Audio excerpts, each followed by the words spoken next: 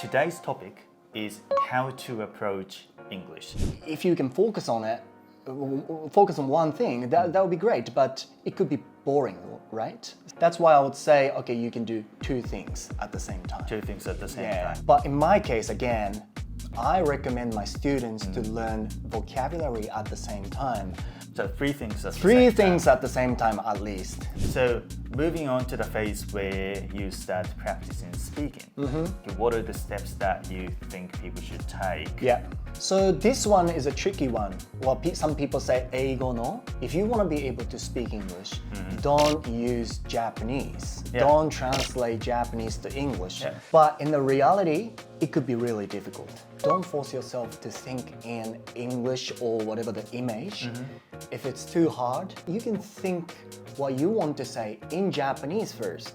So in the process of listening comprehension, there are basically two layers. And for the first layer, you said that, okay, you need to have this ability to catch words, right? But that's the hardest part. That's the hardest part. So like you said, this is the hardest part of listening, I guess. You have to keep constantly training your listening ability. That's why I would recommend people keep doing the shadowing. So I think at the end of the day, what you've got to do is nail the foundation and then move on to the phase where you focus on speaking and listening. Hello everyone, how's it going? It's Atsu and today we've got a special guest. Hello guys, how are you? And this is Tarosack. So currently I'm in Melbourne and he flew over from Sydney to Melbourne all the way. So thank you so much for coming today. It's so cold down here. Yeah, it's extremely cold here. Sydney's a little bit warmer, right? Much warmer. Yeah, it's much warmer. Interesting. And today's topic is how to approach English. Okay. So I know that you teach English. So I want to know how you approach it like in the most effective and efficient way. So I've got my own strategy as well, and I want to see what the difference is between our approaches as well. It'd be great if you could walk me through like how you approach it and how you think people should study English. Okay, let's see. So a couple of years ago, I would have probably said, well, people should start learning English from studying 中学英語. But now I feel the 発音知識 is really important. Well, you'll probably say the same thing. Yeah. Because if you don't know 発音 知識, which could be like a 発音記号 and all that, you will struggle for example, you will struggle to learn vocabulary with the proper pronunciation. That means that will lead you to the situation where you struggle with listening definitely later on. So you definitely should spend some time to master it. At the same time, so you do that 発音知識 first, but at the same time, I would recommend people to start learning the basic grammar, which could be, well, like I said, 中学英語 if you haven't mastered it. So I would say, do the two things first. Great. Yeah. So on that point, we are actually on the same page because I always recommend people start with pronunciation because the scope of knowledge is quite limited. There's only so much you need to do. And also, it's a low-hanging fruit, basically, given that there isn't like so much that you need to handle. So it's composed of phonemes, allophones, intonation, and accent, like stress. So, given that there are only three components, and I often say that if you can take 3 hours a day, probably you can finish it in 2 weeks. So, In 2 weeks, yeah, definitely, yeah. So in your case, how much time do you think people should spend on learning English a day? Well, of course, as the longer the better. But like you said, the people are quite busy about their stuff. So I would say minimum 2 hours. Minimum 2 hours. Yeah, minimum 2 hours. Ideally 3 hours. Well, obviously, if you can study more than 4 hours, that would be perfect. So I would say 3 hours. And if you can focus on one thing first, which is a 発音知識 in your case, and that would be really, really great. So I don't think there is only just one specific answer to it, but I would say some people would probably struggle to focus on one thing because, if you can focus on it, focus on one thing, that would be great, but it could be boring, right? So that's why I sort of like balancing the situation. That's why I would say, okay, you can do two things at the same time. Two things at the same time. So the very beginning of English learning journey is to finish pronunciation and grammar, right? Yeah. So the first two components. And then what would be the next step? Well, in your case, like you said, you finished the発音 知識 and the grammar first. But in my case, again, I would recommend I recommend my students to learn vocabulary at the same time. So three things at the Three same things time. at the same time at least. Even with 2 hours. It's difficult, but I would do that. Okay. Yeah, I have many reasons to it, but yeah, I recommend three things to study three things at the same time. To me, like juggling three things at the same time is a tough balancing It's a bit act to too tough. achieve. Yeah. But you think people can do that? Well, obviously, if you manage your time, you can do that. And at the same time, like I said, there is no one specific answer how to learn English, but it could be ideal if you can finish the two things, like literally finish the two things and dive into the vocabulary or speaking stage. But like through my experience, I have felt that some people will struggle to speak because they don't have any ideas about vocabulary when they jump into the speaking stage. That's why I recommend people to study vocabulary at the same time with those two. Because obviously when you make sentences while you talk, you have to know a certain amount of vocabulary, right? Yeah, and it doesn't mean that, starting learning vocabulary doesn't mean that you can use them straight away. It will take time. Yep. So, sometimes people feel, I spent so much time on learning grammar and発音 知識, and finally I thought I can start, speaking, I can start training speaking. And they'll feel like, okay, because I don't have vocabulary knowledge, they'll struggle to speak English. Yeah. So I think we have a lot of things in common in terms of the first layer of learning English. So we've got to get the basics down before going to the phase where we start learning like how to speak and how to listen. The only difference is how we approach them. So basically in your case, you try to master them like everything at the same time. Whereas in my case, I tend to focus on one thing at a time. Yeah. So moving on to the phase where you start practicing speaking. So let's assume that you've mastered pronunciation, grammar, and vocabulary. You've got knowledge in your books, but what are the steps that you think people should take? Yeah, to get to the point where you can communicate in English fluently without having to be hyper aware of like what to use and whether or not your English sentences are grammatically correct and stuff like that. Yeah. So I think there are three steps to practice speaking. So the first one is Shunkan Eisakubun, which probably you have seen some books about Shunkan Eisakubun in a bookstore. So Shunkan Eisakubun first, and then Hitorigoto Eikaiwa, like you probably heard from many YouTubers saying that. And then in the end, there is online eikaiwa, which is pretty much same as the normal conversation. And the reason why I recommend people to start from Shunkan Eisakubun is that because there is already Japanese sentence ready, so you don't have to think what you want to say. Well, this is a gainenka. In Japanese, we say gainenka. So in the stage where you have something you want to say. It's already done. So that's why you can focus on making the Japanese sentence to English. So yeah, that's easier than Hitorigoto Eikaiwa because Hitorigoto Eikaiwa, you have to think what you want to say first. Right. Yeah. And then you use the knowledge you gained through learning the basics. Harder than Shunkan Eisakubun because Shunkan Eisakubun you already had what you want to say. So you do that and you don't have to worry about the other people when you do that. So it's very easy because you can do it anywhere. And then online eikaiwa, the last step, because there is a person in front of you and you get maybe random questions suddenly and things that you didn't expect happens all the time. So it's definitely the hardest step in learning speaking. But yeah, I think it works. I agree on the Hitorigoto and online eikaiwa part, but for the Shunkan Eisakubun layer, the first step, You start with basically translating Japanese into English. Is that Well, right? 瞬間英作文 yes. And isn't there a risk that you might like fall into the trap of like always having to translate from Japanese to English? So this one is a tricky one. Well, some people say 英語の. So some people say that if you want to be able to speak English, don't use Japanese. Yeah. Don't translate Japanese to English. Yeah. I agree with that, but in the reality, it could be really difficult.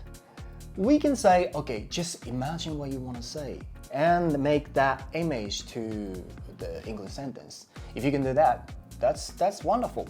But some people really struggle with it. So in that case, I always say to my students, don't force yourself to think in English or whatever the image.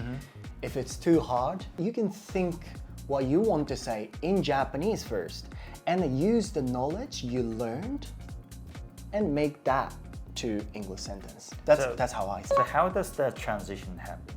How does the transition happen? Yeah, from the first phase of like having to translate from Japanese to English to the phase where you can start thinking in English. So for instance, when we are conversating in English, like you're not really translating from Japanese, right? Like you are thinking in English and like all the sentences are naturally coming out of your mouth without the intervention of Japanese. So not like two languages are running at the same time in your brain. So how does the transition happen? How do you ease into that next step? It's interesting because sometimes when I talk about something I haven't used to it, sometimes I have to translate in my head. But sometimes I have to translate Japanese to English, but because I practice a lot, I trained a lot to speak English. That's why my process is really fast. And it almost like I don't even think. I think that can happen to people who are learning English. You know, sometimes you need to think in Japanese first. But because you do the practice all the time, your process speed is gonna be very fast, and it's gonna make it possible for you to speak almost without thinking. That's how I would say. So basically you're saying that practice makes perfect. Like you've got to just keep practicing to get to the point where you realize you find yourself not really thinking in Japanese, but like everything is in English, like automatically. But I can say like this way as well. Like I said, that can happen, but at the same time, people, they practice like this all the time, and that is already a good practice for them to speak English. So it's not necessarily, going to be like the way I mentioned, but because people practice a lot with like I said, people's speaking skill generally improves. So I can explain this in this way too. Like I said, because people practice translating from Japanese to English, because people do that many times, the process is going to be faster. But if you keep doing this, at the same time, your speaking skill generally improves. By doing this, people can naturally start speaking without even thinking Japanese. So is it like you memorize them patterns and then practice using them in a real life conversation? And the more you have the experience of using them under your belt, the more likely that you can output the knowledge without having to think. Is that a good way to put it? Yeah, so I'll give you an example. For example, あそこに立っている人を私は知っています。Well, this Japanese sentence, because you learned the 関係代名詞, you would say, I know the person who's standing over there. So some people start translating from Japanese to English with the knowledge they gained. And then, like I said, the person's process is going to be faster. So they can say, I know the person who's standing over there. Whereas the person used to speak, I know the person who is standing over there. So this is what I said just before. But at the same time, because he or she does this all the time, they learn the pattern, like I said. Yeah. So it gets habit to them, right? And naturally comes the phrase naturally comes up. I don't want to say phrase because I don't like you know what I mean. I don't like to say phrase, but they learn the patterns. It makes sense. Yeah. So at first you have to think like logically. Yeah, first, yeah. Yeah, what the structure is and how it's composed of. However, like once you understand them, you don't really have to think about the same thing again, right? No. You can just keep using it again and again and again. Yeah. And gradually you get to the point where you don't really have to think about like all the stuff that you had to think when you started off. All right, so let's move on to the listening component. So I think a lot of people's goals of learning English is to master speaking and listening because they want to, have a conversation with English speakers. And listening, I think, is the hardest component of the 4 skills because, you can't really control what people say. So how would you approach the listening part? Like, what are the steps that you think people should take to improve listening effectively? Yeah, so like we discussed, first of all, people have to learn発音知識, pronunciation. Yeah. Otherwise, your knowledge about pronunciation and the correct pronunciation are going to be different, which means that you can't understand the proper pronunciation, the correct pronunciation. Yeah. If what you hear is different from like your pronunciation, you would definitely struggle, right? Yeah, for instance, I can give you allergy. So allergy is アレルギー, right? Allergy sounds like a word from English. So people might think that アレルギー is アレルギー, but it's actually allergy. Yeah. So if you don't know the correct pronunciation, when you hear, oh, I have an allergy, you probably won't understand.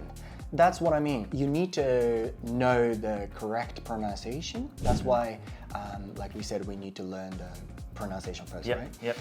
And then, even you know correct pronunciation, I know the listening is very hard.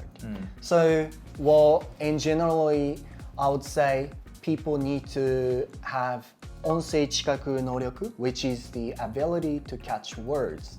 For example, もしこんな感じで日本語喋っていたら、you don't really focus on like to catch words when I'm speaking Japanese because you're not really paying attention to every single word, right? Because you can automatically can hear it perfectly.